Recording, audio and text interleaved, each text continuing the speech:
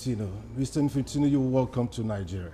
Thank you very much. Well, you arrived yesterday to the warm arms of Africans at the Nnamdi Azikiwe International Airport. How was it like getting to visit Nigeria? Well, it's a beautiful experience to come to Africa, to come to Nigeria here in Abuja. Football country, a country where everyone in the streets plays football, so this can only make your heart beat. We're looking at your campaign program, and one word that was dominant in your campaign program is reform. How have you gone about the reformation at FIFA?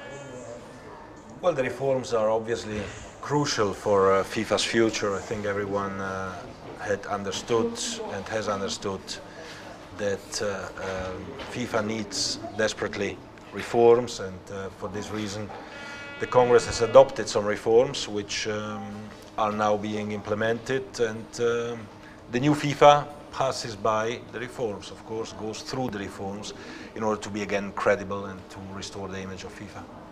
How bad was the image of FIFA before assumption of office? It was very bad. It was probably at the lowest level one could imagine. And we have now to look forward. We have to rebuild this brand, we have to rebuild this image, and we have to make sure that people all around the world can focus again on football. Your other keyword is development. How does this development relate with Africa? Well, Africa is a big continent, and it's 54 association members of absolutely, 54 member associations, all of them without exception, absolutely crazy about football. Thousands of African players playing all over the world.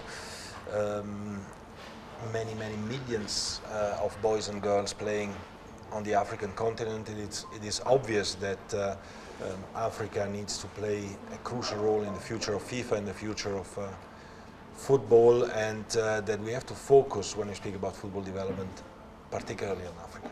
One worrisome issue prior to your coming to office was the issue of your sponsors saying they were not, satisfied with what was, going on in FIFA. Have you been able to bring them back on board? Yeah, of course they are back on board. I have been going to visit them personally. I've been discussing with them. They wanted to see change. They wanted to see reforms being implemented, and they know me as well. Many of them from my past professional experience in UEFA, so they know who I am, they know how I work, they trust in me, they trust in the organization, and at the end of the day, FIFA is a fantastic organization, and with the support of our sponsors, of our partners, we can move on. One of the surprise teams at Euro 2016 is Iceland. And many think Iceland got that edge because of the expansion of the Euro teams from 16 to 24. Africans are saying that with 54 member nations, 5 slot is not just good enough for Africa. Let me just give you an example. The group where Nigeria will be playing for the qualifiers of the 2018 World Cup, we have Algeria, Cameroon, Zambia, and Nigeria, all past African champions. If you go to the group where you have Ghana is going to play in the same group as in Egypt, which means either of Egypt and Ghana will not be at the World Cup. What are the plans likely for the increase of slots for Africa? Well, there are, of course, discussions going on when it comes to the World Cup 18 and the World Cup 22. This is already set, this is already decided, and past decisions cannot be overturned, obviously, but we are looking at 2026. We are looking at the possibility to increase the numbers of participants. That's not a secret. I said this during my campaign. I fully agree that Africa should have more slots in the World Cup, and we are working on that, and in the coming months we will decide whether the World Cup 2026 will be played with 32 or with 40 teams. My opinion and my position on that is very clear. We've seen the benefits that such an increase brings at the recent European Championship. So I'm more than ever convinced that we need to increase, and we need to increase also the number of African teams. Mr. President, we're looking at one issue that borders on the TV rights, which generates a lot of revenue, you know, for African countries. But from the look of things, as it is now, it does not really favor the various associations. Will there be any look at this so that the associations can earn some revenue from TV rights? Well, when it comes to the revenues that FIFA is generating through the World Cup,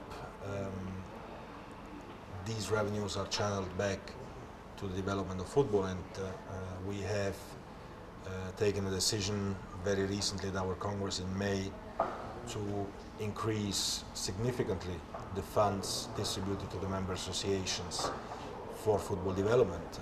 We are moving from around 403 to 400,000 per year for each association to 1.25 million per year for each association, which can even go up to 1.5 million every year. It's an increase by almost 4 times.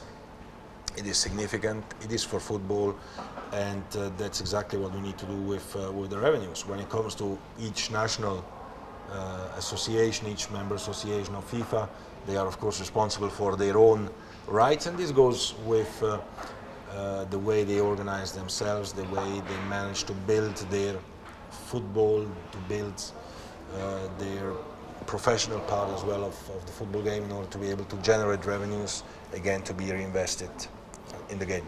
Well, Mr. President, there is one issue that bothers the football stakeholders in Nigeria. It is the issue of leadership within the Nigerian Football Federation. Amaju Pinnick is the FIFA CAF WAFO recognized president of FIFA. But there are issues bordering on challenge of that position. Are you bothered by all of these news emanating from Nigeria about the leadership tussle? Well, you know, whenever you hold a position in a very important federation like the Nigerian Football Federation, this brings in challenges. This is natural because Nigeria is a big country, 107 million people with many interests, with a great football passion, a great football history. So it's clear that these positions are looked after by many people who would like. Now there is a president, President Pinnick. He has been democratically elected. This has also been confirmed by the Court of Arbitration for Sport.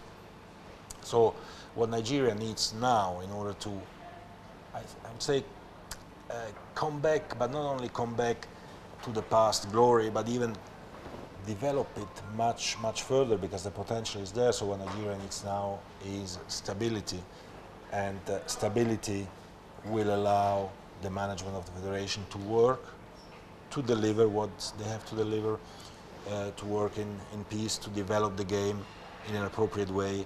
And this stability, I'm sure, will bring also the positive results. And if it doesn't, then there will be a democratic election in future,